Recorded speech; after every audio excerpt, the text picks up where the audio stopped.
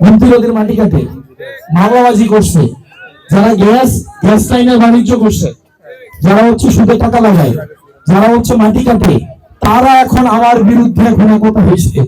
কারণ তারা জানে 12 তারিখ যদি আমি জিতি, ওই দিন হচ্ছে আখেরি, এই 12 তারিখের পরে তারা এই তাদের পেশা কন্টিনিউ করতে পারবে না। তারা এটা বুঝে গেছে, যার কারণে দেখবেন তারা আরেকজনের উপরে উঠে, এর সাথে যায়, ওর সাথে যায়, এখানে যায়, সেখানে যায়, কিচ্ছু লাভ হবে না। 12 তারিখ তাদের এই ধান্দাবাজি সব বন্ধ হয়ে যাবে।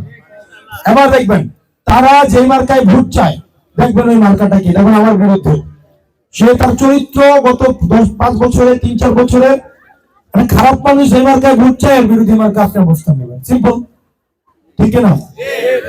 খারাপ মানুষ যে মার্কায় ভোট চায়, আপনি যে আমাকে ভোট দিবেন এটা বোঝার উপায় হচ্ছে ওই খারাপ মানুষগুলো কোন মার্কায় ভোট চাইতেছে, সে জীবনে আমার পক্ষে ভোট চাইবে না।